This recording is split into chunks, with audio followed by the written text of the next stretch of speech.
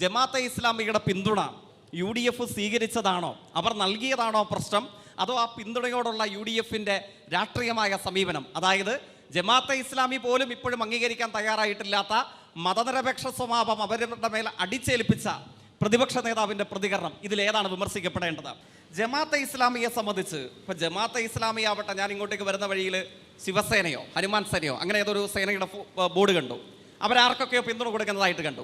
ഇപ്പം ജമാഅത്തെ ഇസ്ലാമി ആവട്ടെ, വാനരസേനയാവട്ടെ, ഹനുമാൻ സേനയാവട്ടെ, നമ്മുടെ നാട്ടിൽ ആബാലവൃദ്ധം വരുന്ന മതവർഗീയ സംഘടനകൾ, മതരാഷ്ട്ര സംഘടനകൾ, മതനിരപേക്ഷ സ്വഭാവമുള്ള സാംസ്കാരിക പ്രസ്ഥാനങ്ങളൊക്കെ പ്രവർത്തിക്കുന്നുണ്ട്.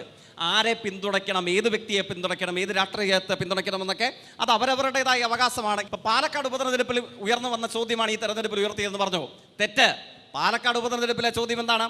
പാലക്കാട് ഉപതെരഞ്ഞെടുപ്പാനന്തരമുള്ള വിജയഘോഷയാത്രയിൽ പാലക്കാട് ഗവൺമെന്റ് വിക്ടോറിയ കോളേജിന്റെ മുമ്പിൽ ആദ്യമായി ആഹ്ലാദ പ്രകടനം നടത്തിയത് വെറും ആഹ്ലാദ പ്രകടനമല്ല, ആക്രോശ സമാനമായ ആഹ്ലാദ പ്രകടനം നടത്തിയത് യൂത്ത് കോൺഗ്രസും ലീഗുമല്ല, അത് SDPI ആണ്.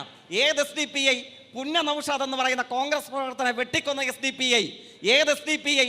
അധ്യാപകനായ TJ ജോസഫിന്റെ കൈ വെട്ടിമാറ്റേ ഇവിടെ RSSന് വളക്കൂറുണ്ടാക്കി കൊടുക്കാൻ ശ്രമിച്ച അതേ SDPI. ആ SDPI ആണ് യൂത്ത് കോൺഗ്രസ് നേതാവിന്റെ വിജയത്തിൽ ആക്രോശ സമാനമായ ആഹ്ലാദം പ്രകടിപ്പിച്ചുകൊണ്ട് പാലക്കാട് നഗരവീതിയിലൂടെ പ്രകടനം നടത്തിയത്. അതാണ് പാലക്കാട് ഇവിടെ ജമാഅത്തെ ഇസ്ലാമിയിലേക്ക് വരുന്നു. എന്താണ് നിലമ്പൂർ ഉപതെരഞ്ഞെടുപ്പിൽ UDFിന്റെ സമീപനം? പ്രതിപക്ഷ നേതാവ് പറയുന്നു. ഏത് പ്രതിപക്ഷ നേതാവ്? ആദരണീയനായ വയനാട് മുൻ parliament member, leader of opposition LOP ആയിരിക്കുന്ന ഈ ഘട്ടത്തിൽ അദ്ദേഹത്തിന്റെ പ്രതികരണം എന്താണ്?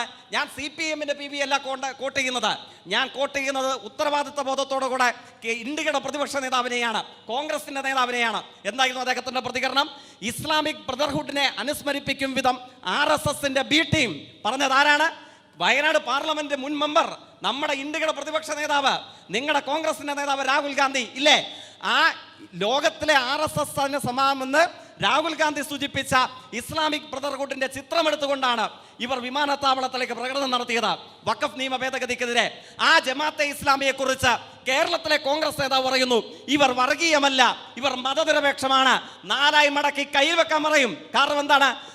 ഞാൻ ഒറ്റ വാചകത്തിൽ ജമാഅത്തിനെ കുറിച്ചുള്ള ഞങ്ങളുടെ നിലപാട് പറഞ്ഞ് അവസാനിപ്പിച്ചേക്കാം. ജമാഅത്തെ ഇസ്ലാമിയുടെ നേതാവ് മൗദൂദി ആരാണ്? ഇന്ത്യയും പാകിസ്ഥാനും വിഭജിക്കപ്പെട്ടപ്പോൾ ഇന്ത്യ വേണ്ട, ഞങ്ങൾ മുസ്ലിങ്ങളുടെ മതരാഷ്ട്രം പാകിസ്ഥാനാണെന്ന് പറഞ്ഞ് ഇന്ത്യ ഉപേക്ഷിച്ചു പോയ ലക്ഷണമൊത്ത ഇന്ത്യയിലെ ഒറ്റുകാരനായ ഒരു മതതീവ്രവാദി. ആ മതതീവ്രവാദികളുടെ സംഘമാണ് ജമാഅത്തെ ഇസ്ലാമി. മലയാളത്തിൽ നിലമ്പൂരും മലപ്പുറത്തും കേരളത്തിലെയും ഇന്ത്യയിലെ മുസ്ലിങ്ങൾ എന്താ ചെയ്തത്? മൗദൂദി പോയാൽ അവൻ ഒറ്റയ്ക്ക് പോകും. ഞങ്ങൾ എന്ത് ചെയ്യും? ഞങ്ങൾ നിലമ്പൂരുകാരനായ വാര്യംകുന്നിനെ പോലെ അന്തസ്സുള്ള മുസൽമാനായി നിലമ്പൂരും മലപ്പുറത്തും കേരളത്തിലും ജീവിച്ച് പോരടിച്ച് ഇവിടെ തന്നെ മരണപ്പെടുമെന്ന് പ്രഖ്യാപിച്ച മൗദൂദി വിരുദ്ധരായ കോടാനുകോടി മുസൽമാന്റെ മണ്ണാണ് നമ്മുടെ ഇന്ത്യ. അവിടെ ജമാഅത്തെ ഇസ്ലാമിക്ക് മതനിരപേക്ഷ കാഴ്ചപ്പാട് കൊടുക്കാൻ ശ്രമിച്ചാൽ അതിനെ മുസൽമാൻ അടക്കമുള്ള ഇന്ത്യയുടെ മതനിരപേക്ഷ ചേരി തകർത്ത് കളയും.